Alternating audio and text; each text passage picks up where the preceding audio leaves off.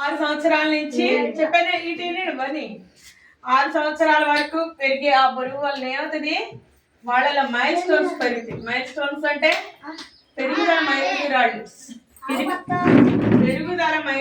పెరుగుదల మైలురాళ్ళు అంటే ఇప్పుడు 6 నెల వచ్చింది, బోర్ల పడాలి, కొద్దిగా పాకాలి. పాకేటప్పుడే కదా అన్నప్రాసన. మళ్ళీ 1 ఇయర్కి నడవాలి, 9 నెలల నుంచి నడవాలి. అట్లా తర్వాత కొంచెం చెప్పగానే కుదిరి కూర్చోవాలి, ఏ చెప్పినా గుర్తు పెట్టుకోవాలి. అట్లా ఇవన్నీ ఏంటి మైల్ స్టోన్స్ అనమాట. అలా వయసుకు తగ్గట్టుగా మైల్ స్టోన్స్ సక్రమైన రీతిలో ఉంటాయి. 5 సంవత్సరాలలోపు గ్రోత్ అలా పెరుగుతుంది. 5 సంవత్సరాలు దాటిన తర్వాత నుంచి అప్పటికి 18 సంవత్సరాల వరకు ప్రతి నెల బిడ్డకి సరైన పోషణ ఉండాలి. లేకపోతే ఏమవుతుందంటే వాళ్ళ లైఫ్ లాంగ్ రిస్క్ తీసుకుంటమే కాకుండా ఆ నెక్స్ట్ జనరేషన్ ఉంటారు కదా, మళ్ళీ తర్వాత పుట్టబోయే బిడ్డలు, ఇప్పుడు మగ పిల్లలకైనా ఆడపిల్లలకైనా తర్వాత పుట్టబోయే బిడ్డల మీద కూడా ఆ ఎఫెక్ట్ పడుతుంది. మళ్ళీ బరువు తక్కువ పిల్లలు పుట్టడం, మళ్ళీ అనారోగ్యవంతమైన పిల్లలు అవ్వడం, వాళ్ళు అనారోగ్యంగా ఉండడం, ఎన్ని సిచ్యువేషన్స్ అన్నీ వచ్చేస్తూ ఉంటాయి. అందుకనే పిల్లలందరూ ఏం తినాలి, ఆహారం సరైన ఆహారం తీసుకోవాలి, బ్యాలెన్స్ డైట్ తీసుకోవాలి.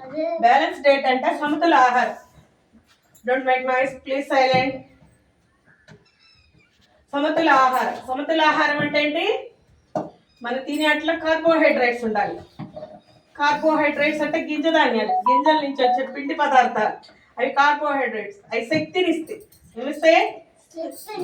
శక్తినిస్తాయి, పనిచేసే శక్తినిస్తాయి. అలాగే ప్రోటీన్స్. ప్రోటీన్స్ అంటే మాంసకృతులు. మాంసకృతులు కూడా మనకి శక్తి జనకాలు అన్నమాట. అలాగే ఆయిల్స్. ఆయిల్స్ ఏమవుతుంది, ఈ శక్తి జనకాలని, ఈ ప్రోటీన్స్ని అరిగేసి మనలో ఎనర్జీ లెవెల్స్ పెంచుతాయి. అలాగే దాంతోపాటు విటమిన్లు. విటమిన్లు కూడా ఉండాలి.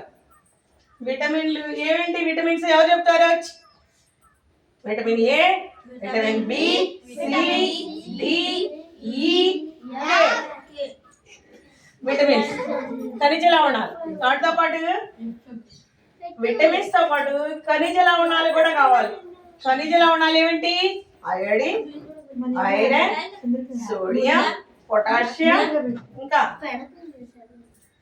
జింక్. ఇవన్నీ కూడా ఇవి పోషక విలువలు ప్రతి బిడ్డలో, ప్రతి మనిషికి కావాలి. అవి కనుక లోపించినాయి అనుకో కొన్ని రకాల అనారోగ్యాలు పాలవుతాం. కార్బోహైడ్రేట్స్ తగ్గినాయి అనుకో నీరసం వచ్చేస్తుంది, శక్తి తగ్గింది. ప్రోటీన్స్ కొన్ని ఏమో రక్షణ ఇచ్చాయి, కొన్ని ఏమో శక్తిని ఇస్తాయి, కొన్ని రక్షణ ఇస్తాయి, కొన్ని పెరుగుదలను ఇస్తాయి. కొన్ని ఏమో లోపల ఉన్న రెగ్యులేటర్ అంటే గుండె కొట్టుకోవడం కానీ, ఊపిరితిత్తులు పనిచేయడం కానీ, కిడ్నీస్ పనిచేయడం కానీ, అలా లోపల అంతర్గత అవయవాలన్నీ పనితీరుని మెరుగుపరచడంలో ఉపయోగపడతాయి. ఓకేనా? విటమిన్స్ ఉన్నాయా, అవి రక్షణ ఇస్తాయి. ఖనిజ లవణాలు మళ్ళీ అవి ఏం చేస్తే రెగ్యులేటర్, సరిగ్గా గుండె కొట్టుకోవడం కానీ, ఊపిరితిత్తులు పనిచేయడం కానీ, కిడ్నీస్ పనిచేయడం కానీ, లోపల అవయవాలు పనిచేయడం కానీ, జీర్ణక్రియ కానీ ఇవన్నీ ఉపయోగపడతాయి. కాబట్టి మనం తీసుకునే ఆహారాలు ఏమేమి ఉండాలి? ఒక పిండి ధాన్యం ఉండాలి, ఒక పప్పు ధాన్యం ఉండాలి, ఒక నూనె ఉండాలి, ఒక ఆకుకూర ఉండాలి, కాయగూర ఉండాలి, పండు ఉండాలి. అలా తీసుకున్నాం అనుకో అది బ్యాలెన్స్ డైట్.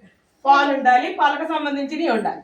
ఇలా మనం తీసుకోగలిగితే మనకి శరీరానికి సరిపడంత అన్ని అందినట్లు లెక్క. కాబట్టి ప్రతి ఒక్కళ్ళం ఏం చేయాలి? బ్యాలెన్స్ డైట్ ఖచ్చితంగా తినాలి. అలా ఈ కిసార్ వయసు